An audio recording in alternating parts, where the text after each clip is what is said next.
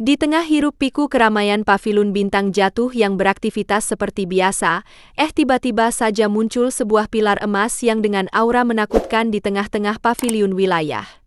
Dan hal itu membuat banyak murid serta tetua berkumpul dengan panik sambil berpikir, apa jangan-jangan ada musuh yang menerobos paviliun lagi atuh.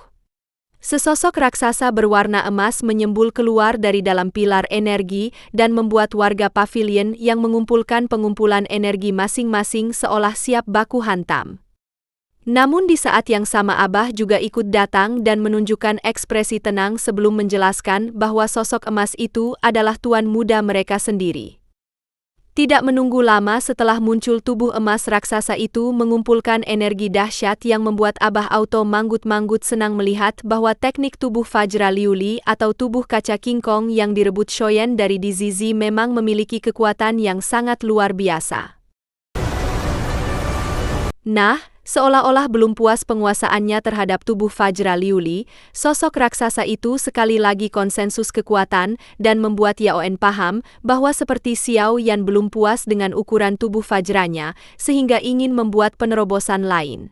Namun ketika kaca tubuh itu mencuat lebih banyak kekuatan, tiba-tiba saja garis retakan terbentuk di permukaan tubuh Fajra sebelum akhirnya runtuh begitu saja. Setelah tubuh Fajra Liuli runtuh, tampaklah sosok Xiao Yan yang bengek habisan kekuatan dan langsung membuat Abah buru-buru turun untuk memeriksa keadaan muridnya. Rupanya Xiao Yan berencana membuat versi sempurna dari tubuh Fajra Liuli yang berukuran 9 jam. Sementara saat ini dia hanya mampu menciptakan versi tujangnya saja. Singkat cerita, Xiao Yan dan rombongannya pun meninggalkan Paviliun Bintang Jatuh dan menggali menuju wilayah kuno Manghuang. Di mana sesuai dengan informasi gurunya Abah Yao Lo, sudah ada begitu banyak ahli dari segala penjuru yang tiba di sana.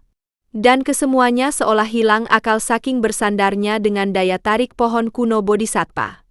Sementara itu, di sisi lain Xiao Yan bersama dengan temannya memilih untuk bergerak secara kolektif dan berhati-hati karena mereka tahu benar betapa besar bahaya yang tersembunyi di dalam wilayah kuno ini.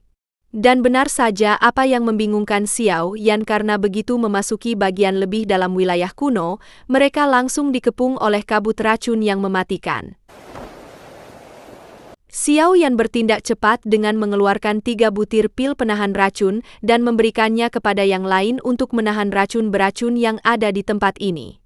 Xiao Yan menerima pil pemberian Shois, namun tetap tidak bisa menahan rasa penasaran ketika melihat bahkan seorang ahli dojun yang memiliki tabir Qi di tubuhnya pun tidak dapat menahan racun ini. Ketika itu barulah Xiao Yan berusaha untuk menyerap kabut racun ke dalam tubuhnya dan langsung terkejut terheran-heran ketika melihat bahwa kabut yang mereka lihat ini bukanlah partikel udara beracun biasa, melainkan gelombang serangga berukuran yang jumlah miliaran dan saking kecilnya dapat menembus pertahanan doki. Tanpa pikir panjang, Xiao Yan pun mengajak rombongan untuk menepi sebentar dan buru-buru mengeluarkan serangga racun di tubuhnya.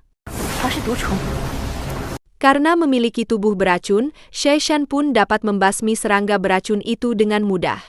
Dan sayangnya, dia tidak bisa membagikan kekuatan racun ini kepada teman-temannya. Mendengar itu, Xiao Yan pun langsung menunjukkan kekuatan api surgawi di dalam tubuhnya yang bisa menghancurkan segalanya, termasuk memakan serangga-serangga yang ada di sana. Setelah membersihkan tubuhnya sendiri, Xiao Yan pun melakukan hal yang sama untuk mensterilkan serangga beracun yang ada di tubuh Medusa dan King Lion. Shois tersenyum ketika mengingat api surgawi Xiao Yan. Dan memang api sangat efektif untuk digunakan membasmi serangga seperti ini. Baru setelah memastikan bahwa mereka telah terlindung dari ancaman serangga beracun, Xiao Yan pun memimpin rombongan untuk melanjutkan perjalanan yang sepertinya masih cukup jauh karena percaya bahwa mereka benar-benar masuk ke wilayah kuno Manghuang setelah terlepas dari kabut beracun ini. Setelah perjalanan yang cukup panjang dan berhasil berburu melewati beberapa binatang iblis kuno di sepanjang perjalanan, Xiao Yan melihat bahwa udara di sekitar mereka telah berubah menjadi jernih yang menandakan bahwa saat ini mereka telah benar-benar masuk ke wilayah kuno Manghuang yang sebenarnya. Xiao Yan pun membuka tabir pelindung api surgawi sebelum kemudian mengeluarkan benih Bodhisattva yang dulu dia dapatkan ketika nyari air liur bodpa buah Shoisan itu. Loh, masih ingat kan? Kan? Namun beberapa lama setelah mengeluarkan benih Bodhisattva, Choyen masih tidak merasakan bunyi apapun dan menyimpulkan bahwa sepertinya lokasi pohon Bodhisattva masih sangat jauh. Nah, tepat ketika Xiao Yan baru saja menyimpan kembali benih Bodhipa, tiba-tiba saja terdengar teriakan ketakutan di tengah yang tersebar dan ledakan dahsyat dari pulau terapung yang ada di dekat mereka. Kerusuhan dan huru-hara itu langsung membuat rombongan Xiao Yan bertinggi-tinggi tentang apa dan siapa yang menjadi sumber kekacauan tersebut. Ternyata kekacauan itu disebabkan karena penyerangan sekte langit mendalam alias sekte Qianming kepada rombongan Bak Yunji alias sekte bunga atau sekte Hua. Unionun paham benar bahwa sekte Tianming memang sengaja memanfaatkan situasi ketika mereka tengah melakukan ekspedisi pohon kuno di Satpa ini dan buru-buru mengirim beberapa murid untuk kembali dan memanggil balak bantuan. Meski begitu harus diakui bahwa kekuatan keseluruhan sekte bunga masih sangat tertinggal dibandingkan sekte Tianming. Bahkan sekarang pun mereka membawa beberapa tetua dojun yang kuat. Sementara di sisi sekte bunga kemungkinan hanya Yunyun lah yang bisa menghadapi mereka. Karena itulah rombongan sekte bunga dibuat terpojok dengan sangat mudah ketika rombongan sekte Tianming melingkupi mereka. Bahkan wakil ketua sekte Tianming yang bernama Liu Chang mulai melakukan tindakan bejat kepada salah satu murid sekte bunga yang membuat baik Yunyun maupun Nalan Yanran sangat marah. Namun kemarahan seperti apapun tidak menghapuskan fakta bahwa saat ini sekte bunga yang mengalami serangan diam-diam telah kehilangan banyak tetua dan hal itu jelas mengurangi sejarah signifikan kekuatan tempur mereka. Yang lebih menyedihkan lagi, Yohua Liangjun yang baru saja datang melemparkan potongan baju murid sekte bunga di mana hal itu menunjukkan bahwa si tetua sekte Chanming telah menangkap semua murid yang dia kirim untuk mencari bala bantuan. Yunyun merasa emosinya sudah sampai di ubun-ubun. Namun dia tetap harus mencari cara untuk menyelamatkan murid sekte yang tersisa. Karena itulah Yunyun meminta Nalan Yanran untuk membawa murid lain pergi. Sementara dia akan berusaha sekuat tenaga untuk menahan seluruh rombongan sekte Tianmi. Namun bukannya mengikuti perintah Yunyun, Nalan Yanran yang tahu benar gurunya tidak akan sanggup justru mengajak murid lain untuk bertarung sampai mati bersama dengan tetua mereka dan langsung menyampaikan ke arah anjing-anjing tua yang menggonggong itu hingga menyebabkan pertempuran terjadi sekali lagi. Yun hanya bisa geleng-geleng kepala melihat murid-muridnya begitu keras hulu.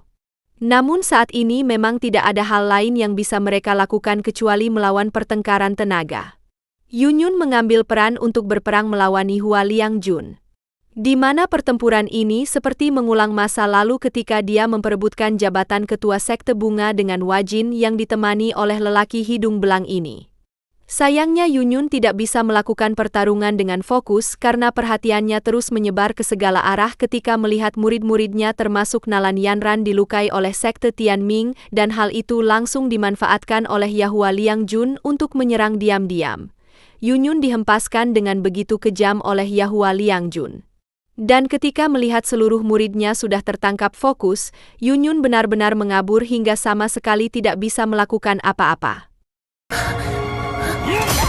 Namun ketika Yunyun sudah pasrah dan bersiap untuk menyerah pada bagian itu, tiba-tiba saja sosok raksasa emas yang kita lihat di awal episode muncul.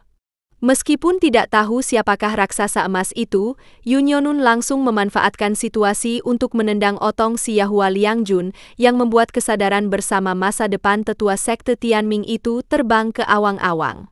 Belum sampai mengikhlaskan otongnya yang menjadi korban kekejaman Yunyun, Yahua Liangjun langsung dihadapkan dengan amukan tubuh Fajra Liuli yang bisa menggepreknya dengan satu ayunan tangan.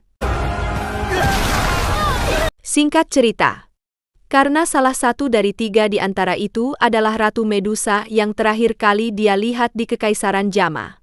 Pertemuan tak terduga itu membuat Kanjeng Medusa Auto terkekeh melihat siapa orang yang telah diselamatkan oleh Xiao Yan itu.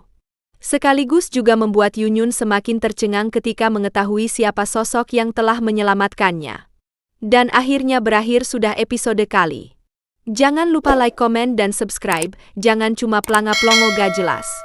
Saya Ceedoh pamit. Sampai jumpa.